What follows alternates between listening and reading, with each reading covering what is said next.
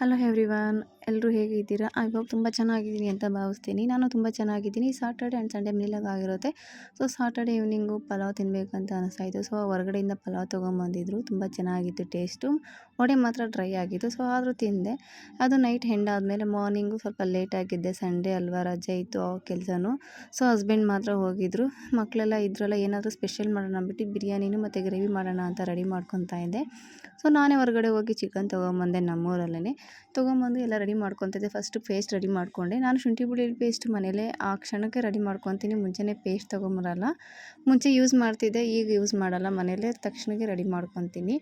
So ಪೇಸ್ಟೆಲ್ಲ ready ಮಾಡಿಕೊಂಡು ಚಿಕನೆಲ್ಲ first ಈ ಥರ ಗ್ರೀನ್ ಕಲರ್ ಥರ ಬರೋ ಥರ ಮಾಡಿಕೊಂಡು ಫೈನಲಾಗಿ ಅಕ್ಕಿ ಹಾಕ್ಬಿಟ್ಟು ಮೊಸರು ಎಲ್ಲ ಹಾಕಿ ಫೈನಲ್ಗೆ ನಿಂಬೆಹಣ್ಣು ಹನಿ ಬಿಟ್ಟೆ ಒಂದು ಅರ್ಧ ಸ್ಪೂನು. ಹೀಟ್ ಇದ್ದರೆ ಸ್ವಲ್ಪ ಕಮ್ಮಿ ಆಗುತ್ತೆ ಅಂದ್ಬಿಟ್ಟು ಆ ಥರ ಮಾಡಿದೆ. ತುಂಬ ಟೇಸ್ಟಿಯಾಗಿತ್ತು.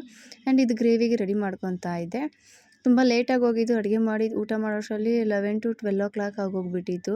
ಮನೇಲಿ ಕೆಲಸ ಎಲ್ಲ ಗಜಿಬಿಜಿ ಆಗೋಗಿತ್ತು. ಮಕ್ಕಳು ಇನ್ನೂ ಊಟ ಮಾಡಿರಲಿಲ್ಲ. ಬಟ್ಟೆ ವಾಶ್ ಮಾಡೋದಿತ್ತು. ಸೊ ಅದೆಲ್ಲ ಮಾಡೋಷ್ಟರಲ್ಲಿ ಸಾಕಾಗೋಗ್ಬಿಟ್ಟಿತ್ತು ಇವತ್ತು.